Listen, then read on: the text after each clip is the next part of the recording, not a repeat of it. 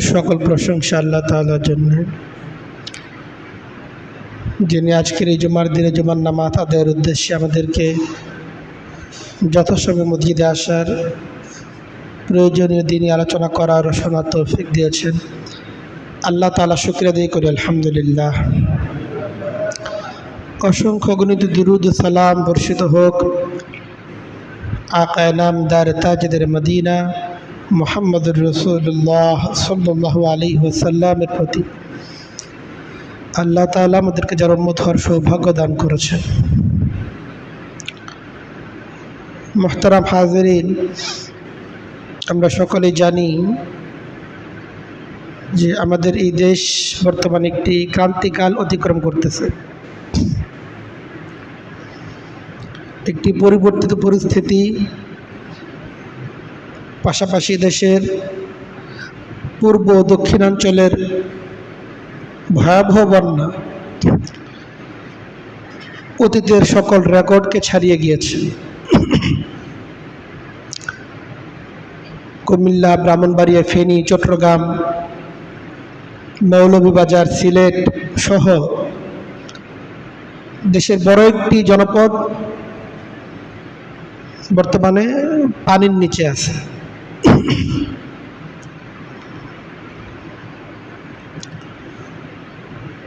Record পরিমাণ বৃষ্টিপাত, সমুদ্রের নিম্নচাপ,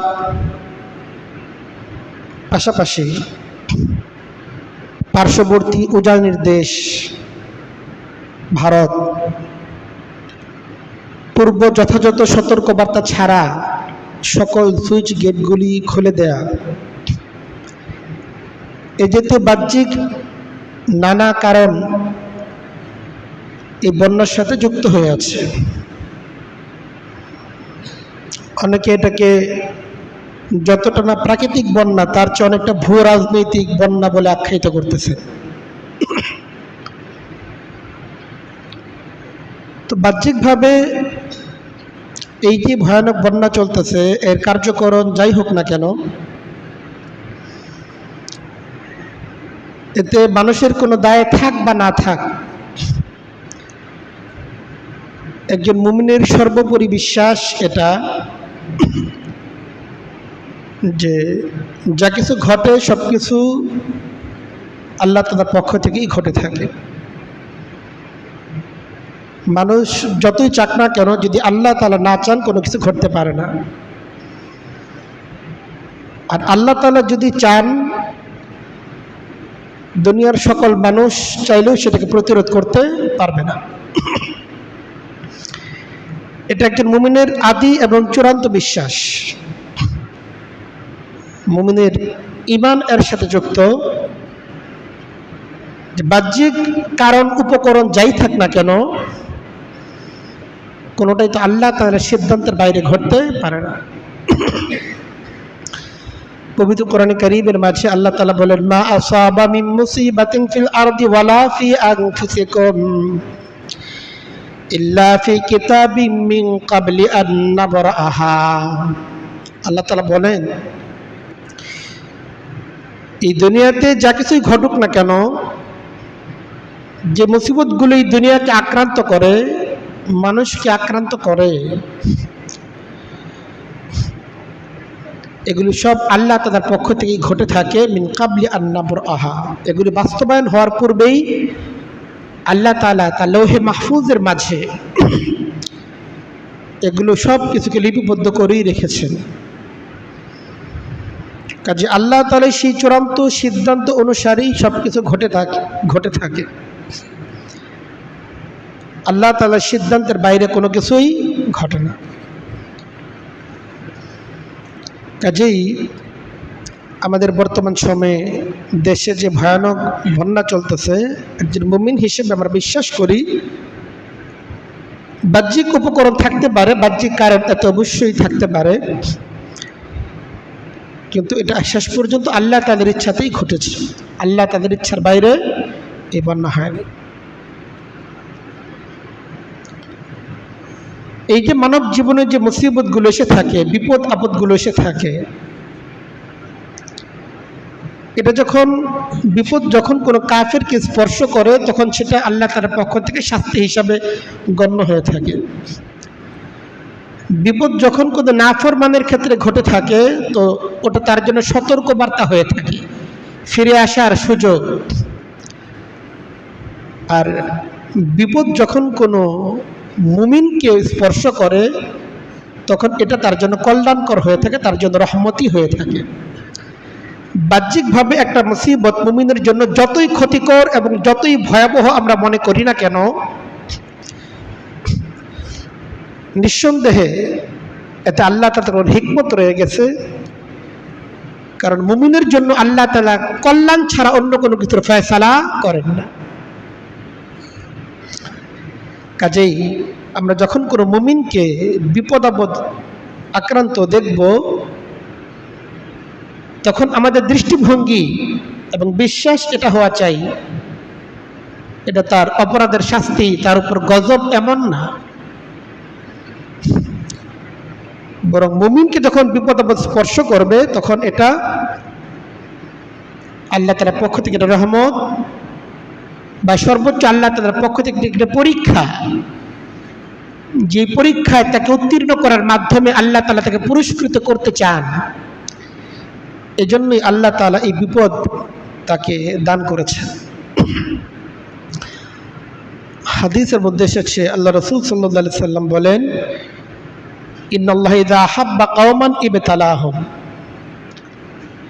আল্লাহ তাআলা যখন কোনো জাতিকে পছন্দ করেন, আহাব্বা কওমান ভালোবাসেন, ইবতালাহুম তখন আল্লাহ তাআলা নানা রকম বিপদ আপদে তাদেরকে আক্রান্ত করেন। কাজে বিপদ আপদে আক্রান্ত হওয়া এর অর্থ এই না যে সে আল্লাহ তাআলার কাছে অপছন্দনীয়, আল্লাহ তাআলার ক্রোধের শিকার সে হয়ে গেছে, ব্যাপারটা এমন না। বরং যখন কোনো মুমিনকে কোনো বিপদ আপদ স্পর্শ করে তার বিশ্বাস এটা হওয়া চাই, সকলের বিশ্বাস এটা হওয়া চাই যে নিশ্চয়ই আল্লাহ তাআলা এর মধ্যে কোনো খায়ের রাখছেন, কোনো কল্যাণ রাখছেন, আল্লাহ তাআলা তার জন্য কোনো ভালোর ফয়সালা করতেছে। এক হাদিসের মধ্যে এসেছে আল্লাহ রাসূল সাল্লাল্লাহু আলাইহি সাল্লাম বলেন, আশাদ্দুন নাসি বালাআন আল আমবিয়া সুম্মাল আমসাল সুম্মাল আমসাল। এই দুনিয়ার বুকে আল্লাহ তাআলার পক্ষ থেকে সবচেয়ে বেশি মুসিবতের শিকার হয়ে থাকেন তারা যারা আল্লাহ তাআলার সবচেয়ে পছন্দনীয় বান্দা, তারা হচ্ছেন আম্বিয়া কেরাম। আশাদ্দুন নাসি বালাআন সবচেয়ে তীব্র মুসিবতের শিকার হয়ে থাকেন আল আম্বিয়া নবীগণ, সুম্মাল আমসাল সুম্মাল আমসাল। এরপরে আল্লাহ তাআলার যারা যত বেশি প্রিয় তাদের জীবনে বালা মুসিবত তত বেশি হয়ে থাকে। বিপদ আপদ যদি বান্দার জন্য ক্ষতির কারণ হতো, আল্লাহ তাআলা তার প্রিয় বান্দা নবীদেরকে এই বিপদ আপদ কখনোই দান করতেন না। এবং বিপদ আপদ তার দুনিয়ার জীবনেও আর আখিরাতের জীবনে তো বটেই, নিঃসন্দেহে এটা তার জন্য কল্যাণকর।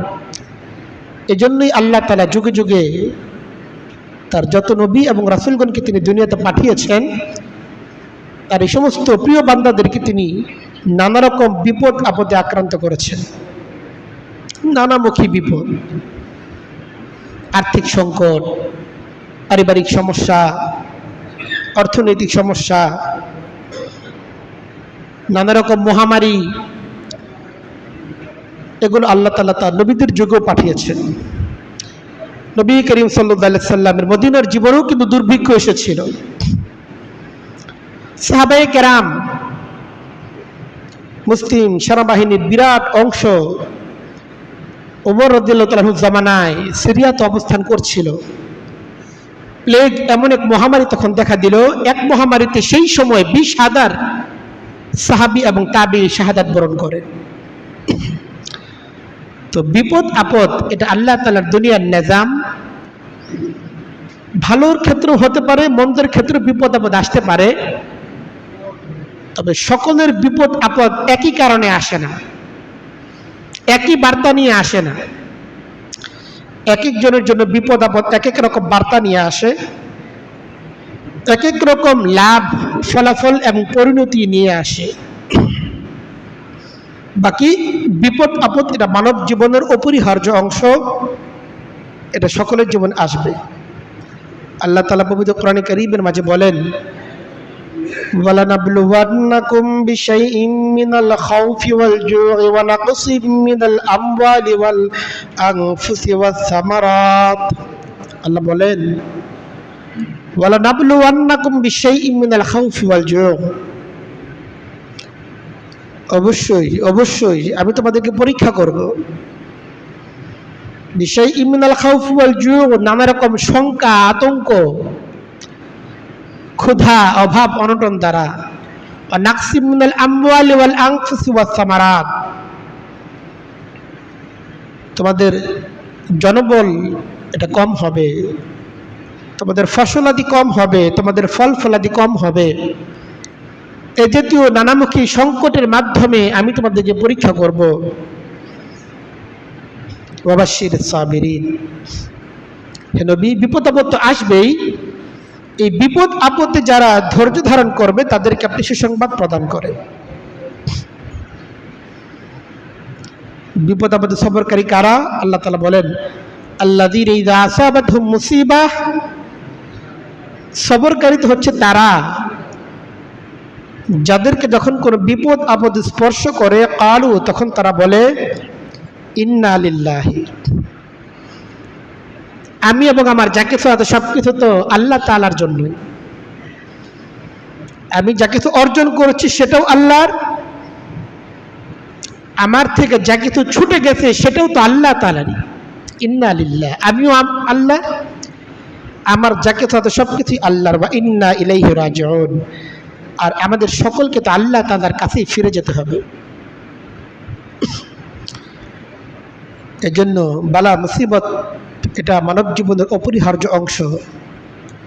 মুমিনের জীবনেও বালা মুসিবত আসে, যুগে যুগে যত মুমিন এবং আল্লাহ তাআলা প্রিয় বান্দাগণ ছিলেন তাদের জীবনে মুসিবত এসেছিল। কাজেই যখন কাউকে কোনো মুসিবত স্পর্শ করে তার ব্যাপারে সুধারণা পোষণ করা চাই, তার ব্যাপারে সুধারণা পোষণ করা চাই যে নিশ্চয়ই সে আল্লাহ তাআলার বড় প্রিয় হয়েছে, এই জন্যই তাকে মুসিবত স্পর্শ করেছে। আল্লাহ তাআলা পবিত্র কোরআনে কারীমের মাঝে বলেন, ইয়া আইয়ুহাল্লাযীনা আমানু ইজতানিবু কাসীরাম মিনাজ যান্নি, এই ঈমানদারগণ যারা নিজেদেরকে মুমিন বলে দাবি করো, ইজতানিবু কাসীরাম মিনাজ যান্নি, তোমরা মানুষের ব্যাপারে কুধারণা করা থেকে নিজেদেরকে হেফাজত করো। ইন্না বাদা যান্নি ইসমুন, কারণ অনেক ধারণা, কুধারণা এমন আছে যেটা মারাত্মক পর্যায়ের গুনাহ এর কারণ হয়ে থাকে। আমাদের একটা সমস্যা এটা যে নিজেদেরকে যখন বিপদে স্পর্শ করে তখন এটা নিয়ামত, আর অন্যদের যখন বিপদে স্পর্শ করে তখন হয়ে যায় গজব। এই যে একটা প্রান্তিক ধারণা, আমার উপর যখন মুসিবত আসছে তখন এটা হয়তো নিয়ামত, আমার কোনো অপরাধ নাই, আমি তো নিরপরাধ। অপরাধের উপর যে এই আযাবটা আসছে এটা তো আযাব, নিশ্চয়ই কোনো অপরাধ করছে, নাফরমানের শাস্তি।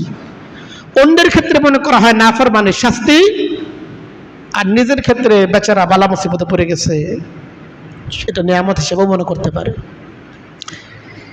এটা ভুল ধারণা। নিজের ক্ষেত্রে তো মনে এটা করা দরকার ছিল যে নিশ্চয়ই আমার কোনো ভুল হয়ে গেছে, আল্লাহ তাআলা আমাকে সতর্ক হওয়ার জন্য আমাকে মুসিবত দিয়েছেন। আর অন্যের ক্ষেত্রে যখন কোনো বিপদ আমরা লক্ষ্য করি তখন আমার এটা মনে করা দরকার যে এই বান্দা নিশ্চয়ই আল্লাহ তাআলার বড় প্রিয় হয়েছে, অন্যথায় এত বড় নিয়ামত সে কিভাবে পাইল? যেই মুসিবত আল্লাহ তাআলা তার প্রিয় বান্দা আম্বিয়া কেরামকে দিয়েছেন, এই মুসিবত আল্লাহ তাআলা তাকে কিভাবে দিলেন? এই জন্য মানুষকে যখন আমরা কোনো মুসিবতে দেখি তার ব্যাপারে সুধারণা পোষণ করা চাই। আল্লাহ তাআলার অনেক শুকরিয়া যে আমাদের ময়মনসিংহ অঞ্চল তুলনামূলক দেশের একটা উঁচু এলাকা। সচরাচর সাধারণ পর্যায়ের কোনো বন্যা ময়মনসিংহ জেলা বা ময়মনসিংহ শহর এবং এই অঞ্চলটাকে প্লাবিত করতে পারে না। এই যে আমরা দেশের নানা অঞ্চলে ভয়ানক বন্যা চলতেছে। ফেনী একটা জেলা, যে জেলার প্রায় 95% এলাকা পানির নিচে। এদিক থেকে আমরা যদি ভাবি আমাদের ময়মনসিংহ জেলায় যারা আছে তারা কত নিষ্কণ্টক, কত নিশ্চিন্ত জীবনযাপন করতেছে।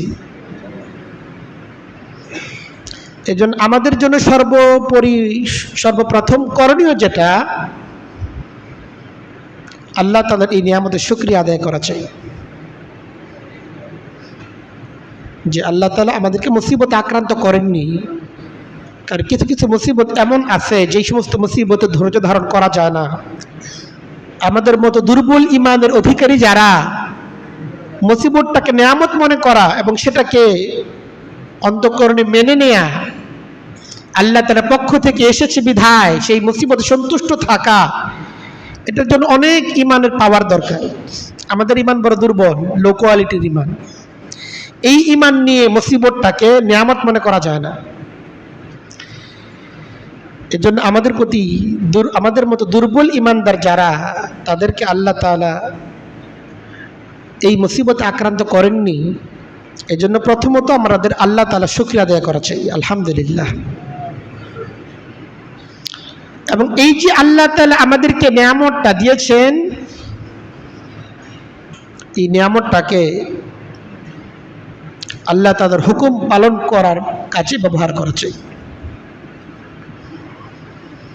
যে নিয়ামত আল্লাহ আমাদেরকে দান করেছেন, এই নিয়ামতের শুকরিয়া আদায় একটা তো মুখে স্বীকার করা, ওয়া আম্মা বিনিমাতি রাব্বিকা ফাহাদ্দিস। আল্লাহ বলেন, ওয়া আম্মা বিনিমাতি রাব্বিকা ফাহাদ্দিস, তোমার রব তোমাকে যে নিয়ামত দিয়েছেন সেই নিয়ামতের আলোচনা করো তুমি মানুষের মাঝে, যে আমার রব আমাকে বড় ভালো রেখেছেন, আমাকে বড় আরামে রেখেছেন, আল্লাহ তাআলা আমাকে মুসিবতে আক্রান্ত করেননি। পাশাপাশি এই নিয়ামতটাকে কাজে লাগানো চাই। আল্লাহ তাআলা এই যে নিয়ামতটা আমাদেরকে দিয়েছেন, এই নিয়ামতটাকে আল্লাহ তাআলার ইবাদতের কাজে ব্যয় করা চাই। নিয়ামত সবসময় থাকে না, একটা সময় এমন আসে মানুষ চাইলেও আল্লাহ তাদের ইবাদত করতে পারে না। আল্লাহ তাদের ইবাদত পালন করা তার জন্য অনেক চ্যালেঞ্জ, অনেক কঠিন হয়ে যায়। আপনি ভেবে দেখেন, যেই জেলার 95% এলাকা পানির নিচে, সেই এলাকায় মানুষের নামাজ আদায় করার সুবিধা কি আছে? একটা মানুষ মারা গেলে দাফন করার সুযোগ পর্যন্ত নাই, চিন্তা করা যায়। মানুষ তার স্ত্রী, সন্তান, কত সুস্থ রোগী, এদেরকে নিয়ে কি ধরনের মানবেতর জীবনযাপন করতেছে কল্পনা করা যায় না। সেই দিক থেকে আপনি আমি যে নিয়ামতের মধ্যে রয়েছি, এই নিয়ামতের মধ্যে থাকার পরও যদি আল্লাহ তাআলা শুকরিয়া আদায় না করি এবং এই নিয়ামতটাকে আল্লাহ তাআলার হুকুম পালন করার কাজে ব্যয় না করি, একটা সময় এমন আসতে পারে যে এই নিয়ামত আল্লাহ তাআলা আমাদের থেকে ছিনিয়ে নেবেন। আল্লাহ বলেন, লা ইন শাকারতুম লা আযীদান্নাকুম, নিয়ামত শুকরিয়া আদায় করো, নিয়ামত বাড়ায় দিব। ওয়া লা ইন কাফারতুম, এই নিয়ামতের শুকরিয়া আদায় যদি না করো, অকৃতজ্ঞতা প্রকাশ করো, ইন্না আযাবি লাশাদীদ, আমার শাস্তি কিন্তু বড় কঠোর। কাজেই আল্লাহ তাআলার নিয়ামতটাকে শুকরিয়া আদায় করা চাই এবং নিজেরা আমাদের প্রতি যত্নবান হওয়া চাই। নিজেদের কোনো ত্রুটি, বিচ্যুতি, গাফলত যা কিছু আছে, অন্যদের এই মুসিবত থেকে শিক্ষা নেওয়া চাই এবং নিজেরা আমাদের প্রতি যত্নবান হওয়া চাই। এটা হলো নিজেদের জন্য প্রথম করণীয়। যারা আমরা এখনো মুসিবত থেকে মুক্ত অবস্থায় আছি, হেফাজতে আছি, আমাদের জন্য এটা একটা বড় জিম্মাদারি যে আল্লাহ তাআলার নিয়ামতের শুকরিয়া আদায় করা এবং আমলের প্রতি যত্নবান হওয়া। দ্বিতীয় যে বিষয়টা আমাদের জন্য করণীয় সেটা হচ্ছে এই, যারা ইতিমধ্যেই মুসিবতে আক্রান্ত হয়ে গিয়েছেন, দূর থেকে অন্তত তাদের জন্য দোয়া অব্যাহত রাখা, আল্লাহ তাআলার কাছে বেশি বেশি দোয়া করা, নিজেদের জন্য দোয়া করা, তাদের জন্য দোয়া করা। কারণ দোয়া হচ্ছে মুমিনের একটা গুরুত্বপূর্ণ হাতিয়ার। যার কিচ্ছু করার সুযোগ নাই, কিচ্ছু করার ক্ষমতা নাই, কিন্তু দোয়া করার ক্ষমতা সকলেরই আছে। দোয়া করতে পারেন এমন কি কেউ আছে? এমন কেউ নেই। কিন্তু বলেন তো, আপনি এই পর্যন্ত কয়বার দোয়া করছেন? এই পর্যন্ত আল্লাহ তাআলার কাছে চোখের পানি ফেলে কয়বার আল্লাহকে বলছেন? ফেসবুকে পোস্ট দিয়েছেন আপনি, এটা তো দোয়া না। এই জন্য চোখের পানি ফেলেন। এই সমস্ত ব্যক্তিদের করুণ অবস্থা আপনার আমার চোখের সামনে আছে। এত করুণ অবস্থা দেখার পরও যদি অন্তর যদি না গলে, অন্তর যদি নরম না হয়, চোখে যদি পানি না আসে, এরপরও আর কখন আসবে? এই জন্য নিজেদের জন্য দোয়া করা, আল্লাহ তাআলা যেন কোনো রকম মুসিবতে আমাদেরকে না ফেলেন। যারা মুসিবত আক্রান্ত হয়ে গিয়েছেন তাদের জন্য দোয়া করা, আল্লাহ এদেরকে আপনি দ্রুত মুসিবত থেকে উদ্ধার করে। 3 নাম্বার যে বিষয়টা করণীয় সেটা হচ্ছে এই যে আল্লাহ তাআলা এখন আমাদেরকে ডাকতেছেন। আসলে আল্লাহ বলেন, মান যাল্লাযী ইউকরিদুল্লাহ কারদান হাসানা ফায়ুযায়িফাহু লাহু আযআফান কাসীরা। একটা সময় এমন আসে, কখনো কখনো কিছু কিছু সংকটকাল, ক্রান্তিকাল এমন আসে, আল্লাহ তাআলার ঋণের প্রয়োজন হয়ে যায়। এই কথা আল্লাহ তাআলা নিজেই কোরআনে বলতেছেন। মান যাল্লাযী, কে আছে এমন, ইউকরিদুল্লাহ কারদান হাসানা, যে আল্লাহ তাআলাকে কর্জে হাসানা দিবে। আল্লাহ তাআলাকে কর্জে হাসানা দিবে এমন কেউ কি আছে? আল্লাহ তাআলা জিজ্ঞেস করেন, মান যাল্লাযী, তোমাদের মধ্যে কে আছে এমন, ইউকরিদুল্লাহ কারদান হাসানা, যে আল্লাহ তাআলাকে কর্জে হাসানা দিবে। কর্জে হাসানা মানে কি? যা দিচ্ছেন তাই তো পাবেন, অতিরিক্ত কোনো কিছু তো নাই। কিন্তু আল্লাহ তাআলার হিসাব ভিন্ন। ফায়ুযায়িফাহু লাহু আযআফান কাসীরা, আল্লাহ তাআলাকে যে কর্জে হাসানা দিবে, আল্লাহ তাআলা তাকে বহুগুণ বাড়িয়ে দুনিয়াতেও দিবেন, আখিরাতেও দান করবে।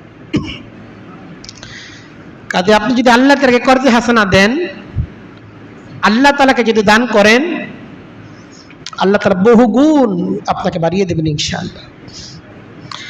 আল্লাহ তাআলাকে কর্জে হাসানা আবার কিভাবে দেয়? হাশরের ময়দানে আল্লাহ তাআলা মানুষকে লক্ষ্য করে বলবেন, ইয়া ইবনা আদম, এই আদমের সন্তানেরা, মারিস্তু ফালা তাউদুনি ওয়াস্তাতআমতুকা ফালা তুতঈমুনি। আল্লাহ তাআলা বান্দাদেরকে লক্ষ্য করে বলতে থাকবেন, এই আদমের সন্তানেরা, আমি অসুস্থ হয়েছিলাম কিন্তু তোমরা আমার সেবা করো নাই। আমি তোমাদের কাছে খাবার চেয়েছিলাম কিন্তু তোমরা আমাকে খাবার দাও নাই। মানুষ হয়রান হয়ে যাবে, ইয়া রব, হে আমাদের রব, আপনি আবার কিভাবে অসুস্থ হন? আপনার আবার খাবারের প্রয়োজন কিভাবে হয়? আপনার পানির প্রয়োজন কিভাবে হয়? আল্লাহ তাআলা তখন জবাব দিবেন এটাই, যে দুনিয়াতে আমার বান্দা অসুস্থ হয়েছিল, তুমি যদি তাকে সেদিন সেবা করতে, তাহলে সেটা আমাকেই সেবা করা হতো। আমার বান্দাদের খাবারের প্রয়োজন হয়েছিল, তুমি যদি তাকে সেই দিন খাবার দিতে, আমাকেই খাবার দেওয়া হতো। আমার বান্দাদের পানির প্রয়োজন হয়েছিল, তুমি যদি সেদিন পানি পান করাতে, আমাকেই পানি পান করানো হতো। তোমার সামনে সুযোগ এসেছিল, সুযোগ কিন্তু সবসময় আসে না। ক্রাইসিস মুহূর্ত সবসময় আসে না, জরুরত সবসময় আসে না। বাংলাদেশে যে বর্তমান বন্যা চলতেছে, স্মরণকালের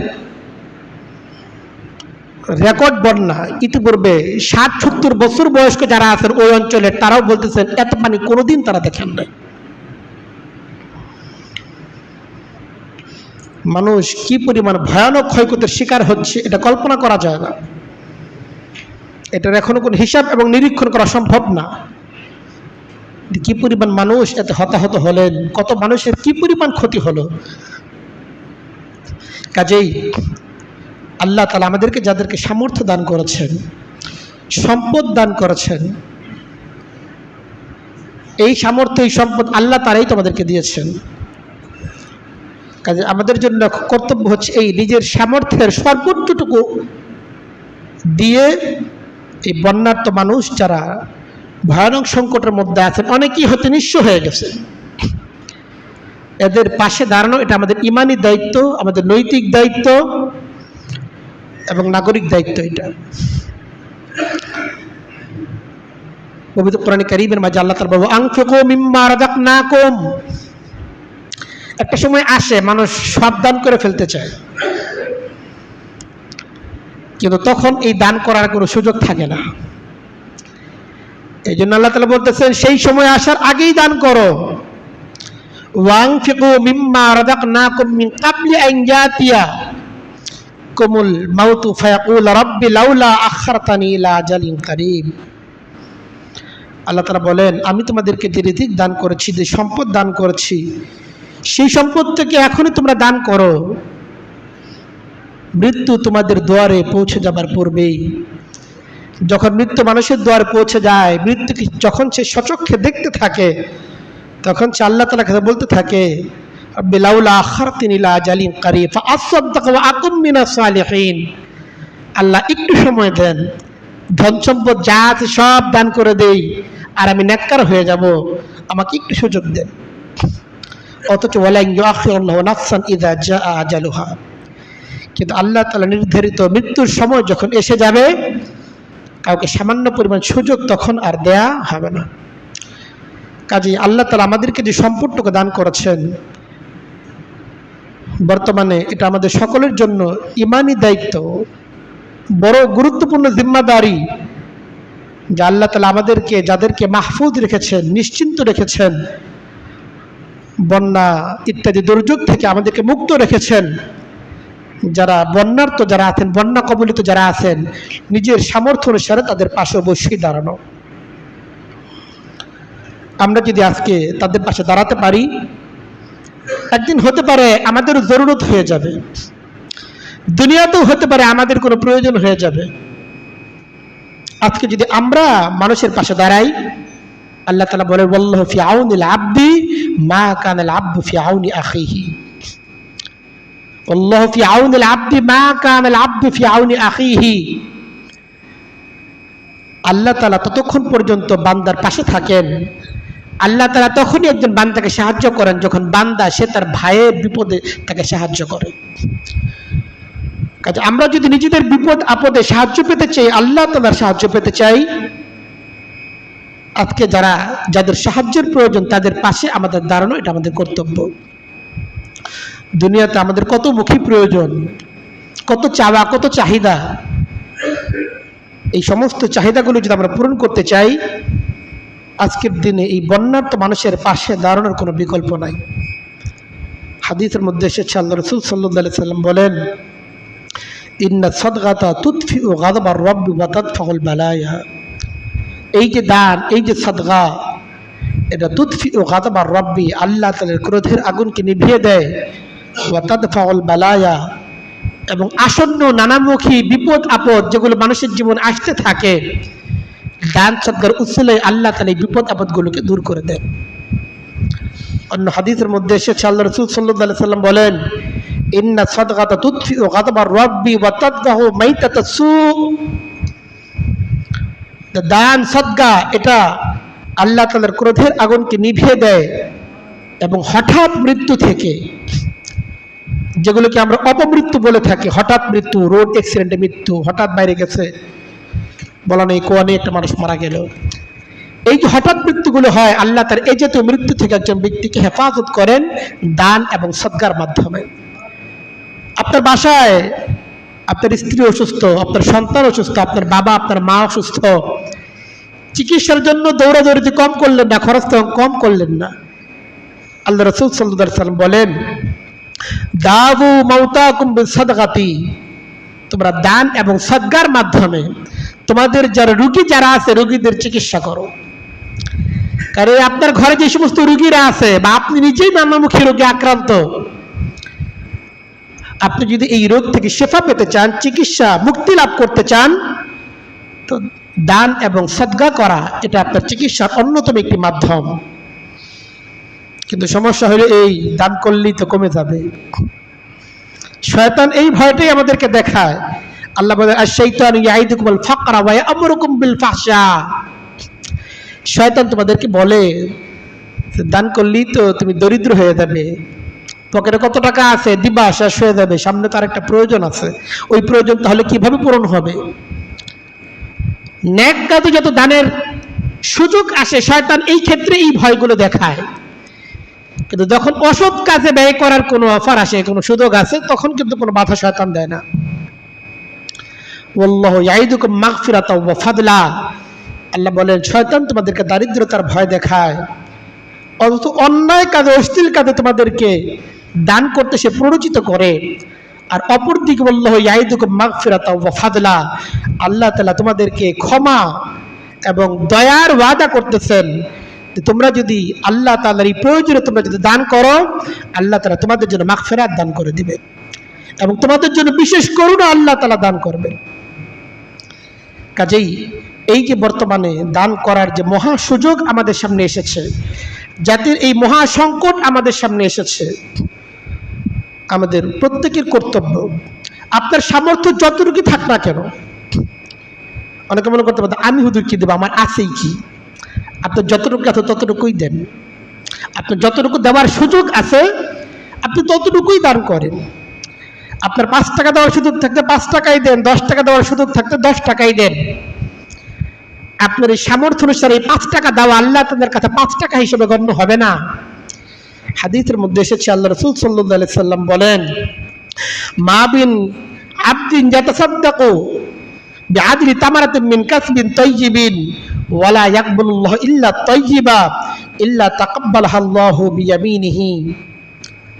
বান্দা যখন সামান্য তার যে ইনকাম আল্লাহ তাআলা দিয়েছেন হালাল উপার্জন থেকে সামান্য একটা খেজুর দান করে। আরব সমাজের মধ্যে খেজুর ছিল খুবই সস্তা, তাদের মৌলিক খাবারই ছিল খেজুর। একটা খেজুর তাদের কাছে খুবই সস্তা, প্রত্যেকের কাছেই খেজুর থাকতো। আল্লাহ রাসূল সাল্লাল্লাহু আলাইহি সাল্লাম বলেন, কেউ যদি তার হালাল উপার্জন থেকে সামান্য একটা খেজুরও দান করে,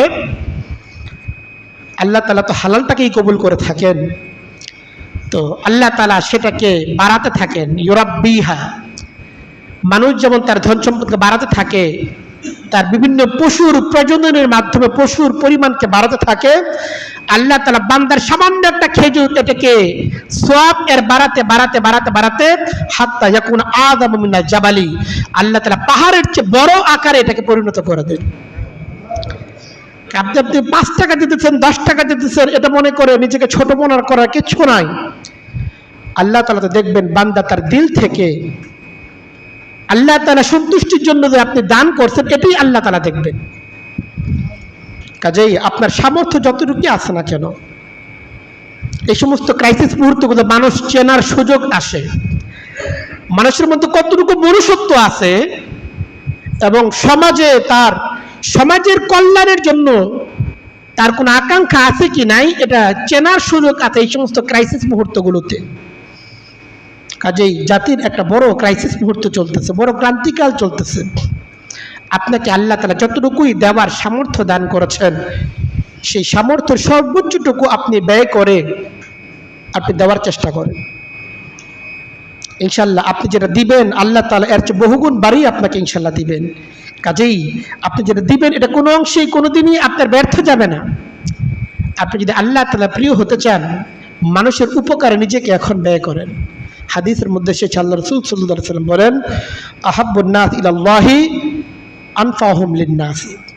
আল্লাহ তাআলার কাছে সবচেয়ে প্রিয় সেই ব্যক্তি যে মানুষের জন্য সবচেয়ে বেশি উপকারী সাব্যস্ত হয়। দেশের এই ক্রান্তিকালে আপনি কতটুকু ভূমিকা রাখতে পারছিলেন আপনি ভেবে দেখবেন। ক্রান্তিকাল সবসময় আসে না, কিন্তু এত বড় বড় দুর্যোগ গেল, ক্রান্তিকাল গেল, আপনি নিজেকে নিয়ে এবং নিজের পরিবারকে নিয়ে ব্যস্ত, তাদের প্রয়োজন, তাদের বিলাস চাহিদা সেগুলো আপনি পূরণ করতে ব্যস্ত, অথচ ওদিকে আপনার ভাই, এরা তো আপনারই ভাই, আমারই ভাই, এরা তাদের স্ত্রী সন্তান এদেরকে নিয়ে নিঃস্ব জীবনযাপন করতেছে, মানবেতর জীবনযাপন করতেছে। আপনার অন্তরকে একটু মায়া জাগে না? আপনার দিলকে এতটাই পাষাণ, আপনার অন্তরকে একটু কাঁদে না তাদের জন্য? আপনার দিলের যে ন্যূনতম মায়া এবং তাদের প্রতি দয়া জেগে থাকে, এর কর্তব্য হচ্ছে এই, আপনাকে আল্লাহ তাআলা যতটুকুই সামর্থ্য দান করছেন, সামর্থ্য অনুসারে এই বিপদ আপদে আপনি আপনার মতো করে তাদেরকে সেবা করার চেষ্টা করেন। আমাদের দেশে আলহামদুলিল্লাহ অনেক সংস্থা আছেন, অনেক ভাইরা নানাভাবে সেবা দিয়ে যাচ্ছেন, কিন্তু এত বড় দুর্যোগ আসলে শুধুমাত্র রাষ্ট্র তার সীমিত সামর্থ্য নিয়ে এই সমস্ত সংকট পূরণ করতে পারে না। যদি রাষ্ট্রের সকল সদস্য তাদের ইমানি দায়িত্ববোধ থেকে যদি এগিয়ে না আসে, এত বড় বড় ক্রাইসিস মোকাবেলা করা সম্ভব না। হ্যাঁ, আপনি আমি হয়তো আমাদের স্বার্থের সর্বোচ্চ উজাড় করেও তাদের যে ক্ষতি হয়ে গেছে সেই ক্ষতিকে আমরা পূরণ করতে পারবো না, কিন্তু অন্তত সান্ত্বনা তো আমরা তাদের পাশে গিয়ে দিতে পারবো যে না, আমরা তোমাদের পাশে আছি। এই যে মানুষের পাশে থাকা নিজের সামর্থ্য অনুসারে, এটা আপনার জন্য তৃপ্তির কারণ হবে এবং তাদের জন্য সান্ত্বনার পরশ হবে ইনশাআল্লাহ। এই জন্য আপনাদের সকলের প্রতি আহ্বান থাকবে, আমাদের দেশে অনেক জাতীয় পর্যায়ের অনেক সংস্থা আছে, মৌলানা শেখ আহমদুল্লাহ সাহেবের সংস্থা আছে, সুন্নাহ ফাউন্ডেশন, যারা জাতির বড় বড় দুর্যোগকালে বেশ বড় আকারে তারা ভূমিকা রেখে থাকেন। আপনার অনলাইনে তাদের কাছেও আপনাদের সেবাটাকে পৌঁছে দিতে পারেন। অত্যন্ত নির্ভরযোগ্য এবং বিশ্বস্ত একটি প্রতিষ্ঠান, যারা মানুষের আমানতগুলো যথাযথভাবে এই সমস্ত বন্যা কবলিত মানুষ পর্যন্ত পৌঁছে দিতে পারেন। আমাদের ময়মনসিংহের উলামায়ে কেরামের একটি সংগঠন আছে, ইত্তেফাকুল উলামা। ময়মনসিংহ শহরের ইমাম যারা আছেন তারাই সেই ইত্তেফাকুল উলামার সাথে সকলেই যুক্ত আছেন। ওনাদের পক্ষ থেকে আমাদেরকে জানানো হয়েছে তাদের উদ্যোগেও দ্রুতই একটি কাফেলা ইনশাল্লাহ আজকে রাতেই যাওয়ার কথা আছে। একটি কাফেলা ইনশাল্লাহ বন্যা কবলিত এলাকায় যাবে নানামুখী ত্রাণ সহায়তা নিয়ে। আপনারা যারা ইত্তেফাকুল উলামার মাধ্যমে এই সমস্ত বন্যা কবলিত এলাকায় সাহায্য সহযোগিতা পৌঁছাতে চান, আমার কাছে কিংবা আমার মসজিদের মুয়াজ্জিন বা খাদেম সাহেব আছে, ওনাদের কাছে যদি পৌঁছে দেন, আমরা ইনশাআল্লাহ ইত্তেফাকুল উলামার দায়িত্বশীল যারা আছেন তাদের পর্যন্ত এটাকে পৌঁছে দিব। এছাড়াও এই এলাকার কিশোর এবং তরুণদের একটা সংগঠন আছে, শান্তির দিশারি স্বেচ্ছাসেবী সংগঠন, তারাও এক্ষেত্রে ত্রাণ সহযোগিতা তারা উঠাইতেছে। তাদের বিভিন্ন স্বেচ্ছাসেবীরা আমাদের নামাজের পরে মসজিদের বাইরেও থাকবে। আপনারা যারা চান তাদের কাছেও ত্রাণ সহায়তা পৌঁছে দিতে পারেন। তাদেরকে আমরা চিনি, জানি এবং তাদের উপর আস্থা রাখি বলেই আপনাদের কাছে তাদের ব্যাপারে বলতেছি। কাজেই আপনারা এই সমস্ত মাধ্যমেও দিতে পারেন, অথবা আপনাদের অন্য কোনো জায়গায় যদি বিশ্বস্ত করে মাধ্যম থাকে, নিজেদের চেনা জানা লোক ওই এলাকায় থাকে, বা আপনাদের নিজেদের আত্মীয় স্বজন যেখানে থাকে, যে কোনো পন্থায় হোক, তাদের এই সংকটকালে আমাদের ভূমিকা রাখা আমাদের সকলের জিম্মাদারি। আল্লাহ তাআলা আমাদেরকে এই যে জিম্মাদারি আছে এই জিম্মাদারি পালন করার তৌফিক দান করেন, এবং জাতির এই ক্রান্তিকালে এই যে ভয়ানক দুর্যোগ, আল্লাহ তাআলা আমাদেরকে এই জাতীয় দুর্যোগ থেকে হেফাজত করেন। আর রাষ্ট্রের দায়িত্বশীল পর্যায়ে যারা রয়েছেন তাদের কাছেও আমাদের অনুরোধ থাকবে, আমরা যেহেতু ভাটি এলাকার লোক, উজান থেকে পানি যদি তারা আমাদেরকে যে কোনো সময় কোনো রকম সতর্কবার্তা ছাড়াই যদি ছেড়ে দেয়, আমাদের জন্য সেটা অবশ্যই সংকটের কাজ। এটার জন্য ভাটি এলাকার লোকদের জন্য করণীয় কি? দীর্ঘদিন পর্যন্ত যে সকল সরকাররা গিয়েছে, আমাদের অবাক লাগে যে তারা এই ব্যাপারে কি উদ্যোগ গ্রহণ করছে। আসলে যথাযথ উদ্যোগ যদি গ্রহণ করা হতো, অবশ্যই ক্ষয়ক্ষতির পরিমাণ অনেকাংশে কমানো সম্ভব হতো। আমরা আশা করব বর্তমানে যারা দায়িত্বশীল আছেন তারা এর একটা সুষ্ঠু সমাধান বের করবেন, এবং আগামী দিনে কিভাবে ক্ষয়ক্ষতির পরিমাণগুলোকে কমিয়ে আনা যায় এ লক্ষ্যে তারা কাজ করবেন।